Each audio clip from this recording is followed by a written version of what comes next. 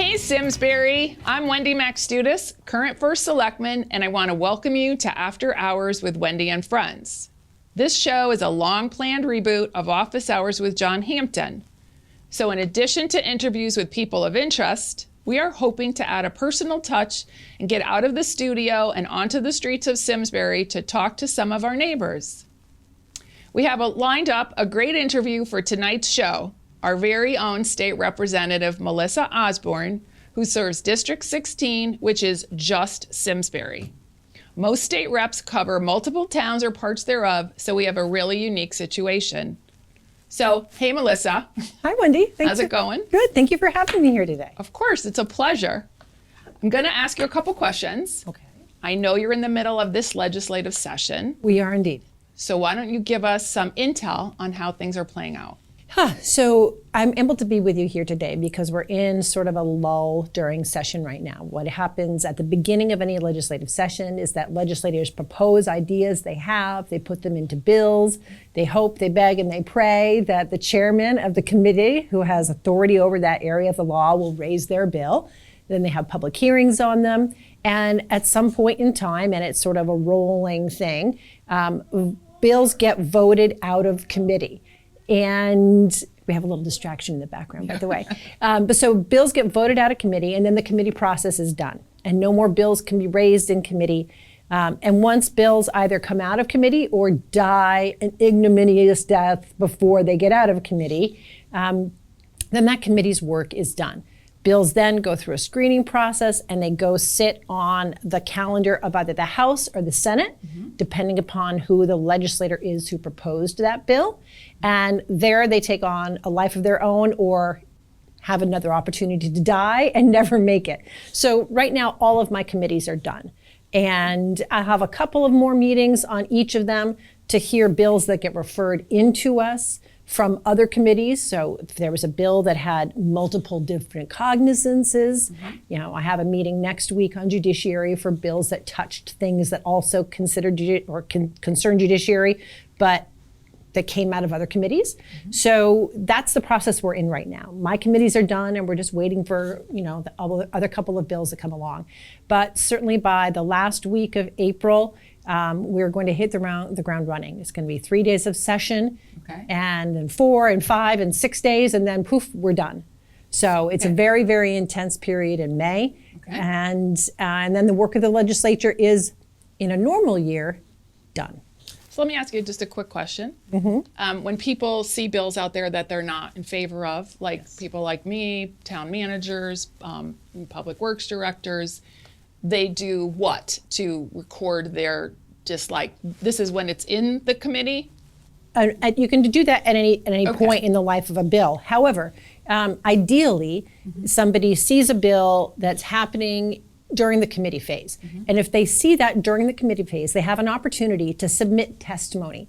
And one of the good things coming out of COVID is that we now have multiple ways for the public to participate and to register their testimony on a public hearing. It used to be that you had to physically go up to the Capitol and wait, sign up, get there early, try to sign up on a piece of paper and wait for 14 hours on some very contentious hearing to have your moment for your 3 minutes in front of that committee.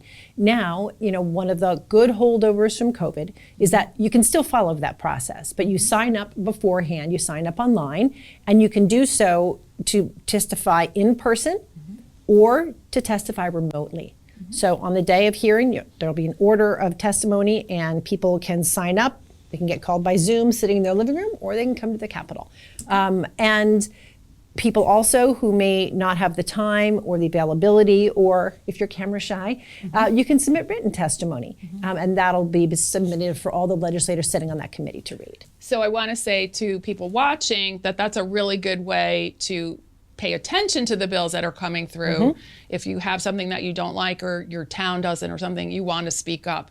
And I do like the fact that I'm relatively new to this process, that you can go out and read all the testimony that people have submitted so you know who opposes and who's for it. Correct. And another thing to do is to contact your state legislator, right? What I find personally more helpful There are lots of advocacy groups out there that really believe strongly in certain concepts and certain bills. And oftentimes there's a link or a QR code that is circulated to their supporters. And sometimes I'll get chains, blocks and blocks and blocks of emails all at once. And that's how I know that an advocacy group has sent out a chain saying, hey, contact your legislator. And while the number of emails that come through that way certainly gets my attention, there was a point in time last year I was getting 1,400 emails a day when I sat on committees that had particularly contentious issues before them. And that makes it really difficult, frankly, for me to do my job and to find the real emails in between there.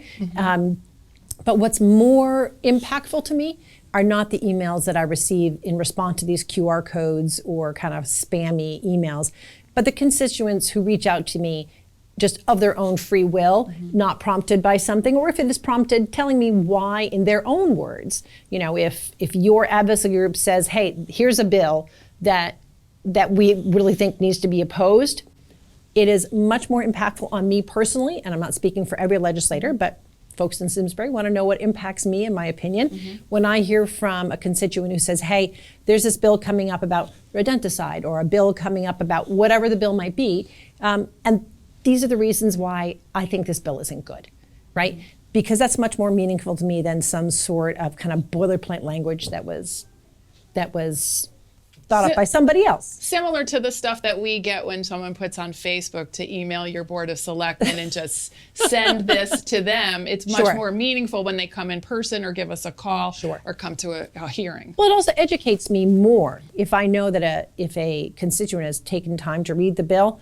I trust more that the constituent has read the bill and understands the bill at that point. And you don't have to read the whole bill to tell me, hey, I know there's a bill on this issue. That I don't require everybody to be a legislative analyst, but hey, I know there's a bill on this issue. I care a lot about, about pollinators or about diapers for children or whatever the issue is. Tell me you're passionate about it, and I'll take a look at the issue and come to my conclusions about it. But it's important to me to know what's important to the residents of Simsbury. I do want to compliment you because you really do reach out to the constituents in Simsbury.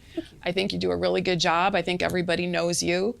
I noticed that you have upcoming office hours or coffee hours in town. Coffee hours this Saturday. Yeah, and you've done that in the past, and I know that people really go and you can hear from everybody. Well, I think it's a great way to hear from everybody, and people from both sides of the aisle come and talk, and it's really important for me to hear from people outside my bubble, right? And I really want that opportunity. And I admire you for doing that. It's something that I don't really do, so I take a lesson from you potentially to start engaging. But the Board of Selectmen is here in town every week. You've got public hearing opportunity for people to come and speak to you. I'm up in Hartford, and so I split my time between Hartford and my day job. Okay. So let's jump to your day job. Okay. Okay, because I have other questions, but one of the things that I really want to ask you about, Melissa runs her own legal practice. Yes. And she's a legislator. So I wanted to ask her a little bit about how do you juggle a job and being in the legislature when the session's going on? So I would say I juggle it better or worse at various different times, right? And I'm very lucky that, as a practicing attorney, I have to be very careful about court schedules. I'm a litigator. I'm not, I don't draft wills and trusts. I have a court schedule and I have judges I have to answer to. But the judges are, by and large, very understanding and accommodating of my schedule. So I'm very fortunate about that. There are some times when there is a real emergency in a case, and I have not yet had to have an instance where I cannot be in the legislature and vote on something important. I've never missed a vote. Good. But that time very well may come, and if there's an emergency on a case, and in the type of law I practice, because I used to do private equity real estate, and my second chapter in the law is my own law practice, where I focus almost exclusively on family law, divorce, child custody. And sadly, there are times when there are real emergencies. And obviously, if there's an instance like that, luckily, my court is a block and a half from the Capitol. Oh, that's so nice. So there are times where I'm in court in the morning crafting a parenting plan for people, and I literally walk a block and a half down the street, and I pick up my committee meeting, or I pop into chambers, and it's good to go. That's good. So, knock wood, knock formica, I have been really lucky so far, but there will come a time. And that's the nature of a part-time legislature, right? Yeah, well, that's what I was going to say. It's a part-time job. Yes, it is. It is a part-time job. Paid, but not full-time pay. Very part-time pay. Very part-time pay. So, you end up with a mix of people who maybe don't need a salary or don't need an income. But in my opinion, as somebody who does need a supplemental income, I think that we want, unless we make the decision to go to a full-time legislature, which I'm not opposed to. I think that most people don't know that this is a part-time legislature, right? And they expect sort of 24/7 responsiveness and 24/7 service, which is not what this job is, but I do my best to deliver it as best I can. Yeah. But because the public really has an expectation that this is a full-time job, I think it bears some merit to look at making this a full-time legislature. I don't know that I would do it if it were a full-time legislature, just because I have worked hard to build a business of my own. Right. But I think it's a concept that merits some investigation. But that is hard, though, because if you think that you run every 2 years and you're banking on it as a full-time job, and it's not. Sure. Your job could go away every 2 years. It could, but that's what people in Congress live with. That's right? true. That is a full-time job, and they run every 2 years. That's true. But I think running every 2 years would be easier if it were your full-time job and you didn't have another gig. Yeah, that's another good point. Yeah. But I think that the way that we approach it right now is that it is important to have a multitude of voices in the legislature. So it is hard to be a small business owner, which I am as a lawyer. It's hard to be a small business owner and serve in the legislature, but that's an important voice, an important mix to have in those conversations. Because if we only have people who work for big corporations or companies who might benefit from them being in the legislature, so they're willing to let them go serve, or we only have people who are independently wealthy, or only have people who are retired, or only have people who've never had a job before and they're just getting out of college. Right now, we have the ability to have all those kinds of people in there, but we would be really limited to people for whom that salary was not a factor. And that's, I think we would lose a valuable perspectives that we need in the mix. Okay. One quick question I thought of, because I've only been there a couple times, but being in the Capitol and in the chamber, isn't that like kind of a special feeling to be in there? Yeah, it is. It's, I have a great reverence for it. I was a political science major. I went to law school. I've taken the sacred oath a couple of times to defend our rule of law, to uphold our Constitution.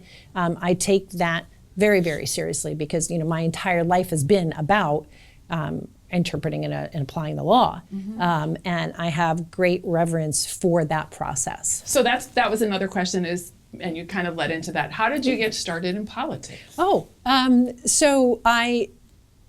it was a very sort of happenstance thing, and it was about 11 years ago, 12 years ago now. I had not been politically active since a teenager or something like that, and I had gotten involved on the Bar Association. I served on the legislative subcommittee of the family law section of the Bar Association, and there was some reform movements about some things in family court, and I tried to get in touch with my legislators, and for the first time, that's what caused me to look at who my legislators were and how they voted on things. And I was kind of surprised by some of the things I saw. And I met John Hampton, who I didn't know from Adam. I called him up and he had me sitting in his office the next day. Wow. And I thought, ooh, that's great constituent service. And so I sort of Googled, 8th District Democrats Senate, and I got the name of somebody who was sort of involved with that, and I said, gosh, who's running for Senate on our team? I'd love to volunteer for them. Well, I wanted to. And then, that's there you go. That's how I ended up as a candidate the first time. Well, I will say that you're one of the reasons I ended up in politics. I know this isn't about me, but when Mary Glassman was running back in 2018, and I was the first time I had volunteered, I met you at the campaign headquarters, and you were talking to me, and I was very inspired by what you were saying. And seeing somebody that strong and dedicated in the mix. So that means a lot to me that that it impacted other people. Yeah, I don't know if people appreciate that I'm here, but whatever, you helped me get here or got me into this. That's very, excuse me. That's good to know. I never knew that. Okay, so I'm gonna switch to a personal question. Okay. Okay, I might be jumping around for those of you watching out there. But so when I first started on the board, there was talk, I remember your presence. We were talking about the wildlife feeding ordinance because of the bears and coyotes. And a lot of that was triggered by your dog who had been attacked. Yeah. And I'm sure a lot of people have heard this story, but I think it's worth sharing for the public because it's a dog story. I love dogs. She does love dogs. And I just wanted you to kind of fill us in on that story. So, and that's, in my opinion, that is an instance of neighbors working together and community coming together for the best. So I lived in a community just about a mile away from where I live now, and our home had a big deck and it backed up onto some woodlands that was protected. And I had seen 1 or 2 coyotes in the area, and I had done my due diligence. I had gone on the website and said, well, what do I need to know about coyotes? And it had said, if you have small pets, small kids, don't leave them out. Yeah. But my dog was a hefty 105 pounds, so I thought he was safe. He's a golden. He's a golden. He's a big guy. He's a big golden. Yeah. A well-fed golden. and I just let him out, in the evening as I usually do after dinner, and I heard a very different bark. And he came in, and I screamed bloody murder, and I went outside and I saw like 3 or 4 coyotes going after him. And he came in, and I thought he was okay. But he wagged his tail and it just went everywhere, and he was not okay. And there were lots of vet trips and surgeries and amputations of his tail. He has a little nub now. Yeah, but there were neighbors nearby, and it was very obvious because he had, this kind of surgical stuff on his tail and a cone around his head. And so people in the neighborhood knew quickly what had happened. And one of the other neighbors approached me and said, hey, look, we have a neighbor who I can see from my back, and they're feeding the coyotes. And they're intentionally throwing food out to attract them. And I had spoken to the other neighbor who was doing this, and they were passionate about feeding the wildlife and their right not to stop doing that.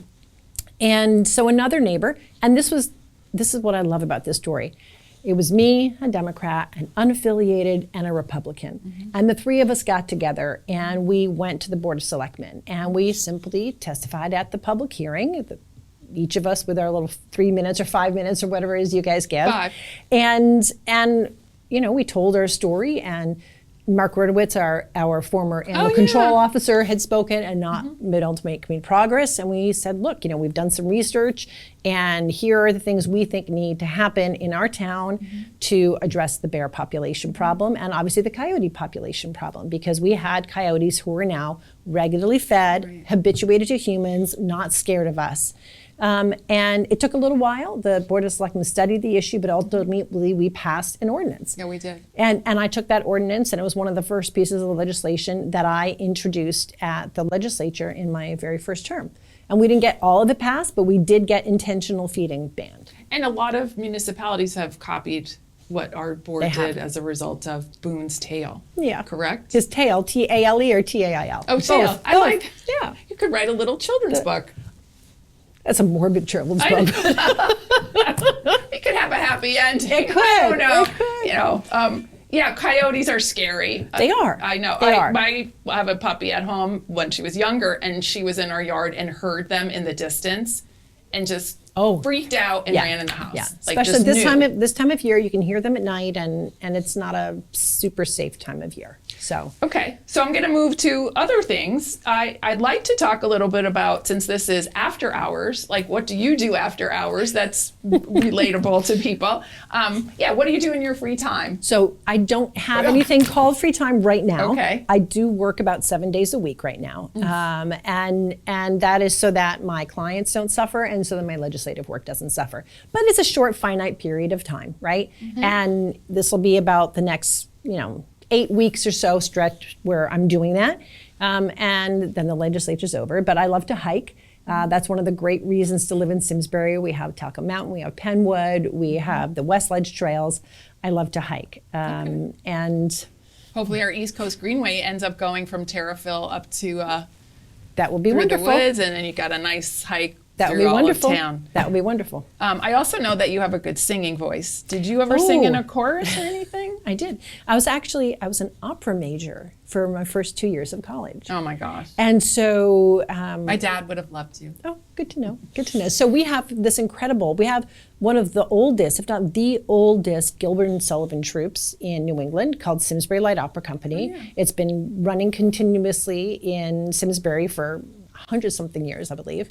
And right before I was elected the first time to the state representative position, I, dusted off my vocal cords and went out to an audition, and I did a production of Pirates of Penzance. Wow. So now that I'm getting used to my schedule, it wouldn't be okay to do this year, but maybe next year I could do, or maybe I could do one in the off season. There's a New England Gilbert and Sullivan group done in, I think, Middletown that I might go check out That's for cool. the fall. Yeah. I always kept throwing in little tidbits. But Well, it's stuff when you can't do when your No. kids are young, and you start dusting off your old hobbies and Yeah. seeing what they're like at this age.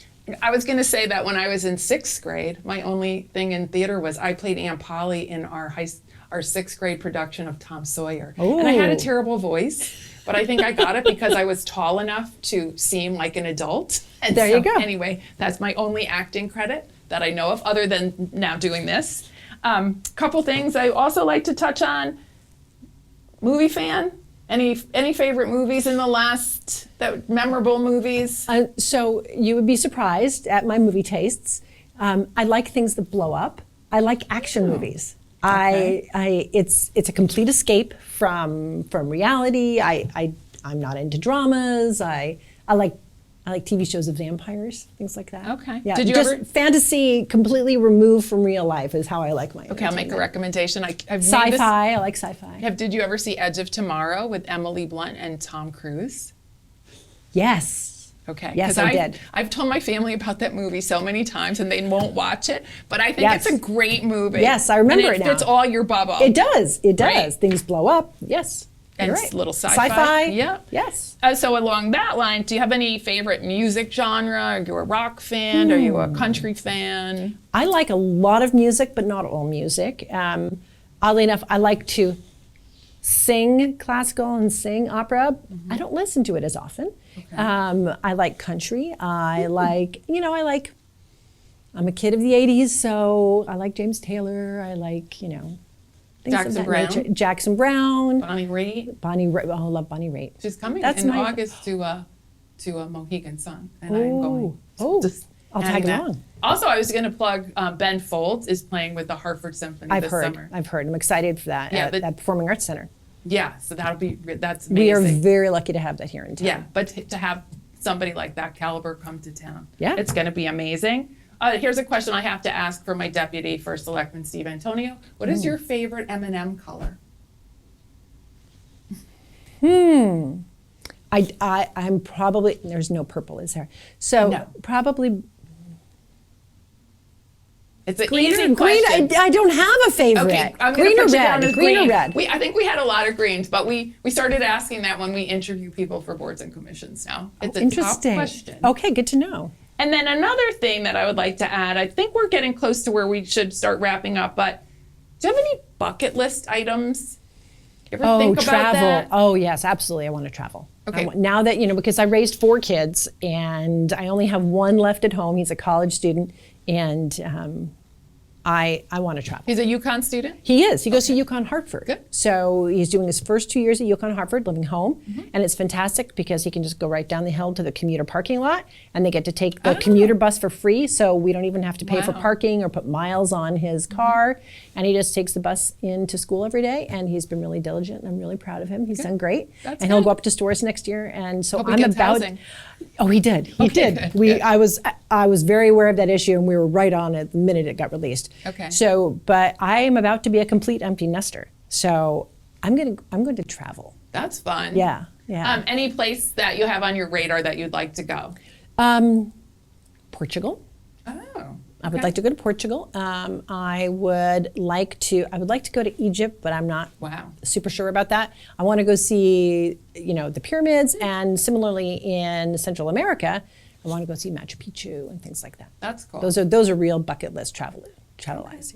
Okay. I would recommend Amsterdam if you've never been there. Oh, I haven't. We went and we loved it. It's just a great, easy, fun city Nice. to go hang out in. I've spent a lot of time in France and a lot of time I've been a little So bit you've been to abroad Brussels. quite a bit. Tons to London, England and France, relatives there. So I want to start branching out to places that I haven't been every year for One holiday more. stuff. Okay. How about in the U.S.? Where would you like to go that you haven't been?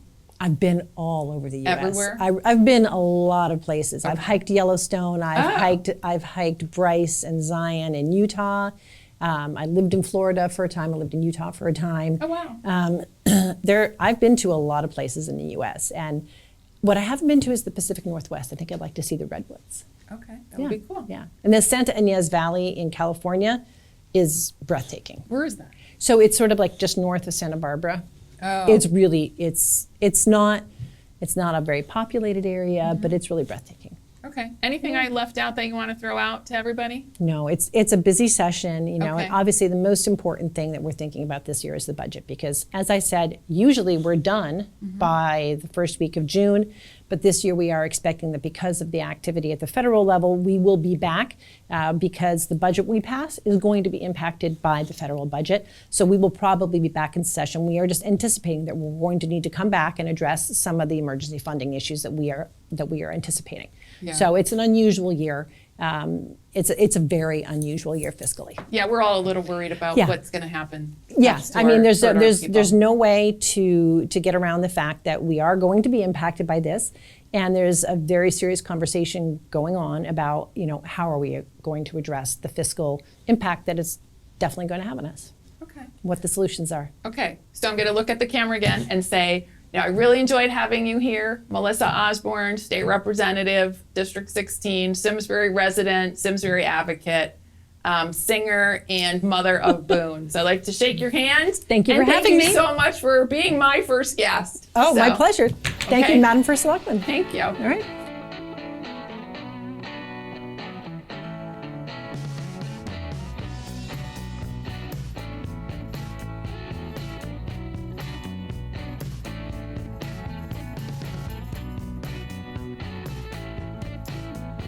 For over 40 years, SCM has been the voice of our town. Bringing us together through local programming, education, And live broadcasts. SEM isn't just about television. It's about empowering our community. ensuring our voices are heard during government meetings, and celebrating milestones. like our high school graduations. But today, SEM faces a challenge. Our funding structure is based on television subscriptions. And it's no secret, people have been cutting the cord. With a shift to internet-only subscriptions, SEM receives less revenue. Even though all our programming is freely available online. We need your support. We need your support. we need your support. We need your support. we need your support. Your donation can make a difference. It will ensure that SCM remains open, continues to educate our youth, and keeps our community informed. Thanks to SEM, I've been honing my creative skills, helping me work towards my college degree. SCM is crucial for keeping our community connected. SCM isn't just here to broadcast local events. They're actually preserving Simsbury's history. Join us. Join us in preserving Simsbury's voice. Simsbury's voice. Together we can ensure that SCM continues to thrive. for generations to come. Visit our website. Or scan the QR code on your screen to make your donation. Every contribution Counts. Thank you for supporting Simsbury Community Media. where your town Your schools and And your government Come together.